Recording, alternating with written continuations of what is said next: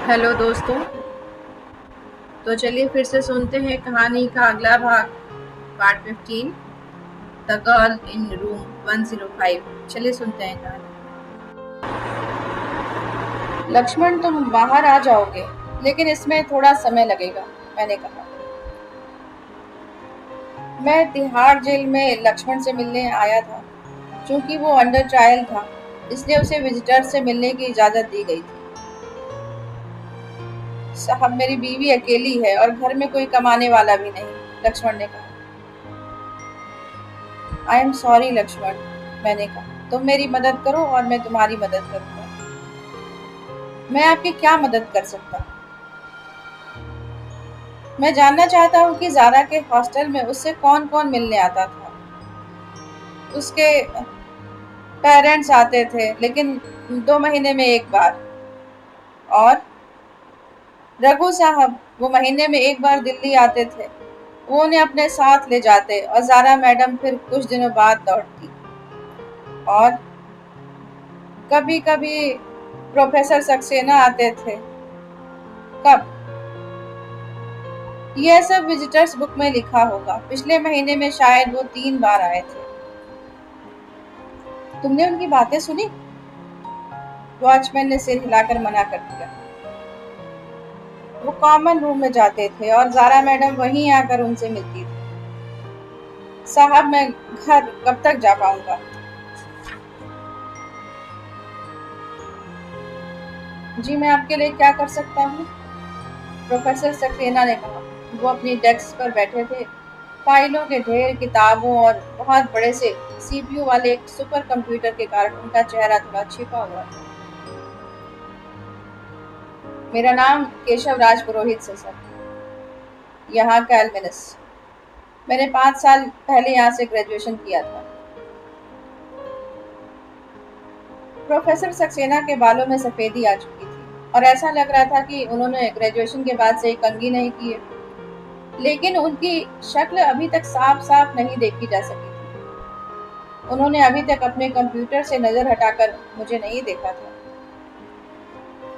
मुझे अभी किसी असिस्टेंट की जरूरत नहीं। प्रोफेसर सक्सेना के साथ काम करने के लिए स्टूडेंट्स कतार में खड़े रहते थे। यूएस की यूनिवर्सिटीज में अप्लाई करने के लिए उन्हें उनकी रिकमेंडेशन की जरूरत होती थी। उनके हाथ का लिखा हुआ एक छोटा सा recommendation letter research institute students को एमआईटी या स्टैनफोर्ड में फुल फेलोशिप दिला सकता था। मुझे आपका असिस्टेंट नहीं बनना है, मैंने कहा।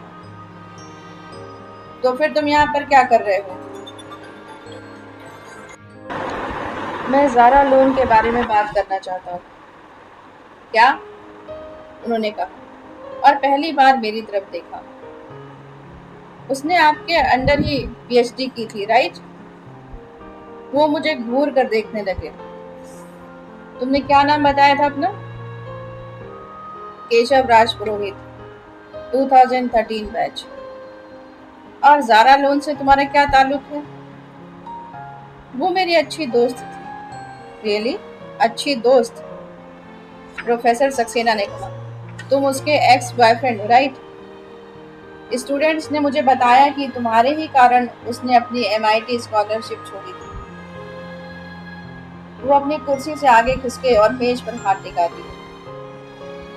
जी सर, मैंने गला साफ करते हुए कहा। पॉइंट यह है कि जब मैं उसको उसके बर्थडे पर विश करने गया, तो मैंने ही सबसे पहले उसकी लाश को देखा था। तो तुम ही गर्ल्स हॉस्टल में गैर कानूनी तरीके से घुसे थे? मैंने सिर हिला दिया।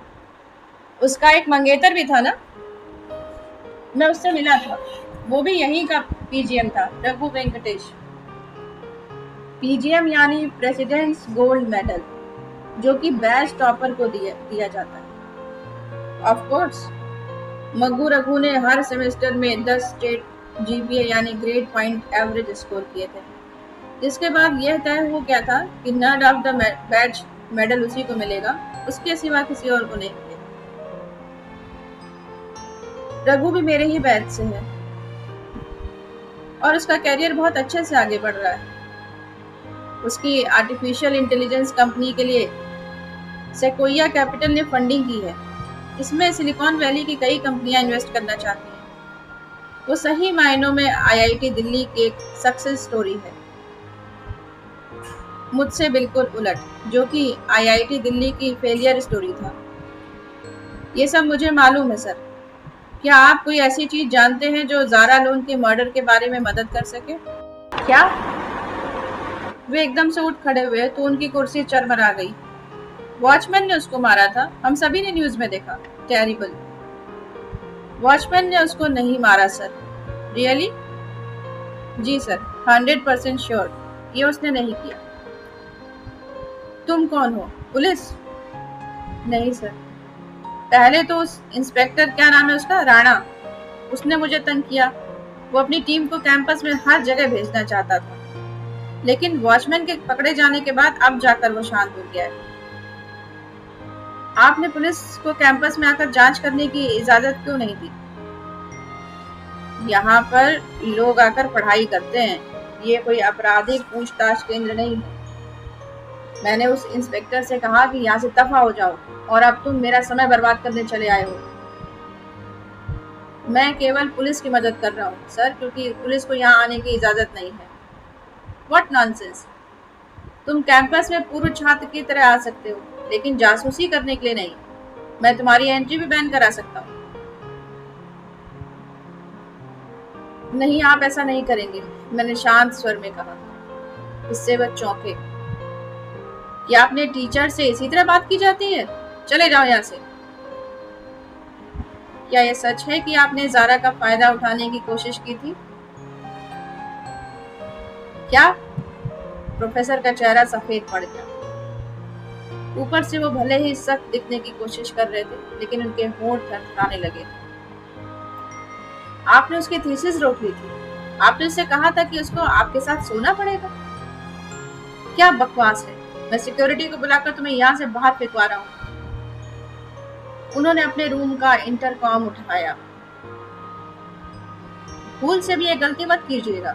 जो मैं आपको बोल रहा हूँ वो मीडिया को भी बता सकता हूँ, मैंने कहा। जैसे कि वो लोग तुम्हारी बात आंख मूंद कर मान लेंगे। एक ऐसे आदमी की बात जो लड़कियों के हॉस्टल में गैर कानूनी तरीके से घुस जाता है। उन्होंने फोन उठाते हुए कहा, हेलो सिक्योरिटी, मेरे ऑफिस में कुछ लोगों को भेजो, यहाँ एक गैर जरूरी इंसान घुस आया है। इसके बाद जैसे मैं उस कमरे में ही नहीं हूँ ऐसा दिखावा करते हुए वे अपने कंप्यूटर पर काम करने लगे। मैं अपने फोन का ईमेल खोला और चंद सेकंड बाद कहा, अपना इनबॉक्स चेक कीजिए। क्यों?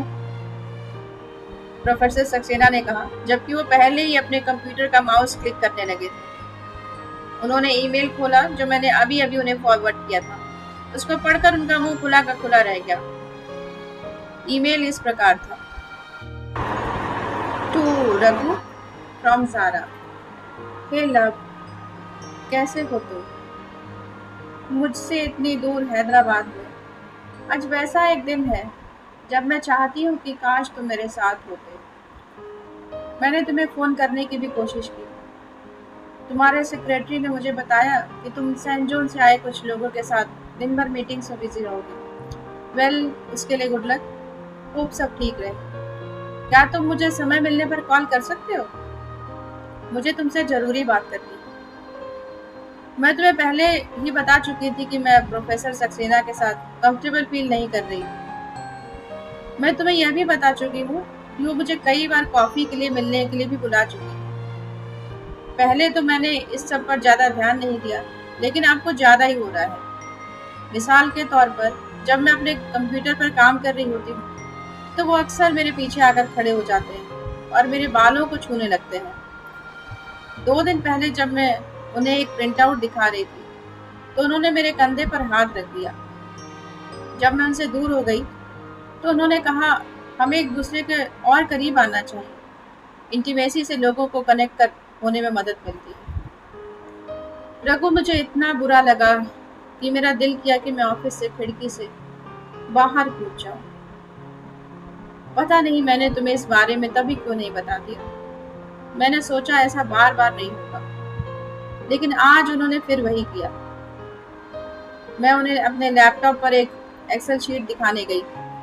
तो उन्होंने मेरे गाल पर किस कर लिया और कहने लगे कि मैं एक कश्मीरी गुलाब जैसी दिखाई देती। उसके बाद आई एम नॉट श्योर, लेकिन मुझे लगता है उन्होंने मेरा हाथ अपने वेल उसकी तरफ खींचा। ओ गॉश, ये सब बहुत ही भद्दा था। मैं इससे बाहर आना चाहती हूँ, लेकिन कैसे? मैं क्या करूँ? मैं बहुत कंफ्यूज हो चुकी हूँ। कॉल मी सून, ज़ारा।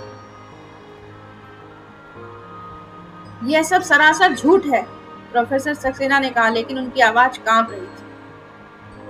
ये आपकी रिसर्च स्कॉलर का ईमेल है जिसका मर्डर कर दिया गया है, और उसका प्रेसिडेंशियल गोल्ड मेडलिस्ट मंगेतर इसका गवाह है। मैंने कहा, तुम कहना क्या चाहते हो? हॉस्टल का रजिस्टर बताता है कि आपने पिछले 3 महीने में 8 बार ज़ारा के यहाँ विजिट किया है। आप हॉस्टल के किसी और स्टूडेंट से तो कभी मिलने नहीं गए। किसी ने दरवाजे पर दस्तक दी। सर, आपने हमें बुलाया था? इंस्टीट्यूट के सिक्योरिटी ऑफिसर ने भीतर आते हुए कहा। उसके पीछे 2 गार्ड खड़े थे। एक्चुअली प्रोफेसर सक्सेना ने कहा, अभी यहाँ सब ठीक है, आप लोग जा सकते हैं। सिक्योरिटी ऑफिसर्स ने हमें कंफ्यूज्ड और इरिटेटेड नजरों से देखा और चले गए। तुम चाहते क्या हो? प्रोफेसर ने कहा। इससे पहले कि हम इस बारे में बात करें कि मैं क्या चाहता हूँ, मैं आपको बता दूं कि मुझे मालूम है कि आप क्या चाहते हैं। क्या? पद्म विभूषण, और हो सकता है आपको यह जल्दी मिल भी जाए, क्योंकि मैं अपनी फील्ड में बेस्ट हूँ। मैं दुनिया के किसी भी यूनिवर्सिटी में जाकर काम कर सकता था, लेकिन मैंने इंडिया में रहकर काम करने का फैसला किया। ओह, यह तो आपकी महानता है, मैंने कहा। लेकिन जरा इस हेडलाइन की कल्पना कीजिए, प्रोफेसर सक्सेना ने अपनी पीएचडी स्टूडेंट को हैरेस किया। क्या आपको लगता है इसके बाद भी आपको वह आपका स्पेशल पद मिलेगा? उन्होंने अपना सिर पकड़ लिया।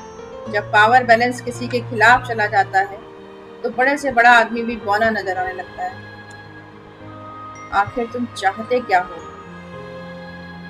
मैं तो केवल ज़ारा के मर्डर केस को सॉल्व करने की कोशिश कर रहा हूँ। तो क्या तुम्हें लगता है मैंने उसे मारा है?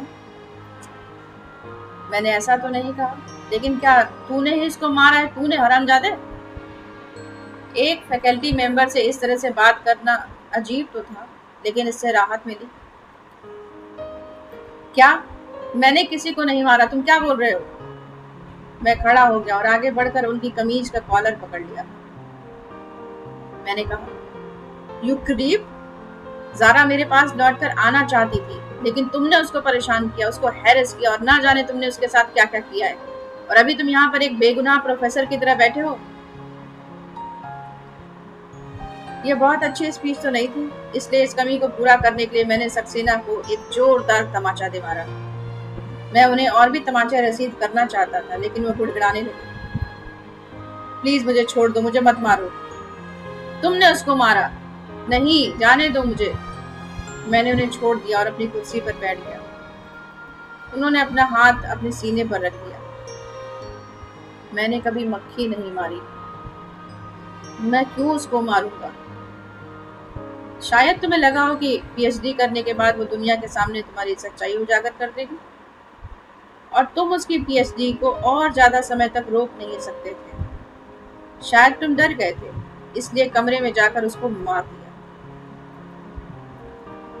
नहीं नहीं, मैं अपने बच्चों की कसम खाकर कह सकता हूँ, मैंने ये नहीं किया है। उन्होंने 8 साल के बच्चे की तरह अपने गले पर चिकोटी काटते हुए कहा। मैं उठ खड़ा हुआ। अगर तुमने ऐसा किया है तो कबूल कर लो, नहीं तो अगली बार मैं पुलिस को लेकर आऊंगा। उन्होंने सिर हिला दिया और अपना गला पकड़ते हुए कहा, मैं कसम खाकर कहता हूँ, मैंने कुछ नहीं किया। मैं फिर आऊंगा एसहोल, मैंने कहा, और उनके ऑफिस का दरवाजा उनके मुंह पर बंद कर बाहर चला गया। डीन, सौरभ ने ट्रेडमिल पर सबसे कम स्पीड पर चलते हुए कहा। मैंने फाइनली उसे अपने साथ जिम में आने के लिए राजी कर लिया था। Can you believe it? वो बास्टर्ड डीन, तुमने ईमेल पढ़ा था ना? हाँ, मैंने पढ़ा। मैं 2 बातें कहूंगा, सौरभ ने कहा। क्या? मैंने कहा और उसके ट्रेडमिल की स्पीड बढ़ाकर 4 किलोमीटर प्रति घंटा कर दी। धीमा करो भाई, इट्स फाइन। तुम्हारी हार्ट रेट ऊपर जानी चाहिए। तुमने अपना वजन किया है? कितना है? 95.5। ये बहुत ज्यादा है सौरभ। मैं इस पर काम कर रहा हूँ। एक दिन मेरे भी तुम्हारे जैसे सिक्स पैक होंगे। एक्चुअली मेरे पास वो पहले ही है, बस थोड़े से टिश्यूज के नीचे छिपे हुए हैं। उस टिश्यू को फैट कहते हैं, और यह कोई एक दो टिश्यू नहीं है, ये टिश्यूज का जंजाल। एनीवे, बताओ तुम कौन सी दो बातें बोलने वाले थे? फाइन। पहली तो वह जो मेरा दिमाग कहता है, और दूसरी वो जो मेरा दिल कहता है। क्या? दिमाग कहता है कि मैं चाहता हूँ तुम इस बछड़े में अब मत पड़ो। अब तो राणा ने भी कह दिया है कि बेहतर होगा अगर तुम इससे दूर ही रहो। तुम्हारे दिमाग की ऐसी की तैसी। अब बताओ दिल क्या कहता है? दिल कहता है, सौरभ ने कहा, कि ट्रेडमिल बंद कर दी। वेट, मेरा दिल तो एक्चुअली बहुत जोरों से धड़क रहा है। तुमने अभी शुरू ही किया है। जानता हूँ, मैं धीरे धीरे करके आगे बढ़ूंगा। एनीवे, भाई मेरा दिल कहता है कि ये मामला बहुत ही ज्यादा इंटरेस्टिंग हो गया है। रियली? क्या आईआईटी का कोई डीन भी एक स्टूडेंट का मर्डर कर सकता है? उसने अपने बच्चों की कसम खाई है, लेकिन वो चालाक है। हो सकता है वो एक्टिंग कर रहा है। मैंने 10 किलो का एक डंबल उठाया और उसे सौरभ को दे दिया। सौरभ को बहुत भारी लगा तो वह 2 किलो वाले डंबल उठाने लगा। मैंने सिर हिला दिया। भाई अभी मेरी बॉडी इतनी मजबूत नहीं है, तुम इस पर जरूरत से ज्यादा बोझ नहीं डाल सकते। वैसे अब तुम डीन के मामले में क्या करोगे? मैं उसकी वाइफ से मिलूंगा और ये पता करने की कोशिश करूंगा कि उस रात वो कहाँ पर था। वो तुम्हें बताएगी? पता नहीं, लेकिन यह जानने का कोई और तरीका नहीं। सौरभ ने एक ऐसे वेट से बाइसेप कर्ल्स करना शुरू किया जिससे कोई बच्चा भी उठा लेता। हम दोनों ने एक दूसरे को जिम मिरर में देखा। मैं चाहता हूँ कि तुम मेरे साथ चलो, मैंने कहा। मैं? हाँ, चीजों को ऑब्जर्व करो, सवाल पूछो और मुझे अपना नजरिया बताओ। तुम एक ऐसे काम में मेरा साथ चाहते हो जिसके बारे में मेरा दिमाग कहता है कि तुम्हें उससे दूर रहना चाहिए। हाँ? तुम्हें क्यों लगता है कि मैं तुम्हारी मदद करूंगा? क्योंकि तुम्हारे और मेरे बीच दिल का ही तो रिश्ता है। आई लव यू, मैंने कहा, और मिरर में उसे फ्लाइंग किस देते हुए आंख मारी। ओह डियर, प्रोफेसर हो या स्टूडेंट्स, तुम आईआईटीएन साले सभी ऐसे ही हो, उसने अपना सेट फिनिश करते हुए कहा। प्रोफेसर सक्सेना अभी घर पर नहीं है, दरवाजा खोलने वाली लेडी ने कहा। मिसेज परमिंदर सक्सेना, मैंने कहा। जी, मिसेज सक्सेना ने कहा। उन्होंने अपनी नाइटी पर अपना दुपट्टा एडजस्ट किया। ये दिल्ली की हाउसवाइफ की ऑफिशियल ड्रेस है। मैंने अपना एलमेनाई कार्ड बाहर निकाला। मैं केशव राज पुरोहित हूँ, यहाँ का एक्स स्टूडेंट। ये मेरा दोस्त सौरभ है। क्या हम अंदर आ सकते हैं? हमें आपसे ही बात करनी है। मुझसे? यह ज़ारा लोन के बारे में, प्रोफेसर सक्सेना की स्टूडेंट जिसकी मौत हो गई। मिसेस सक्सेना ने पहले दाएं देखा, बाएं देखा और फिर हमें अंदर आने का इशारा किया। दोस्तों, उम्मीद है आप सबको कहानी पसंद आ रही होगी। पसंद आ रही तो प्लीज़ लाइक कीजिए, शेयर कीजिए, सब्सक्राइब कीजिए and press the bell icon, जिससे कि आगे के सभी पार्ट का नोटिफिकेशन आपको मिलता रहे। सुनते रहिए कहानी, बने रहिए हमारे साथ story time with Aarti. Thank you so much.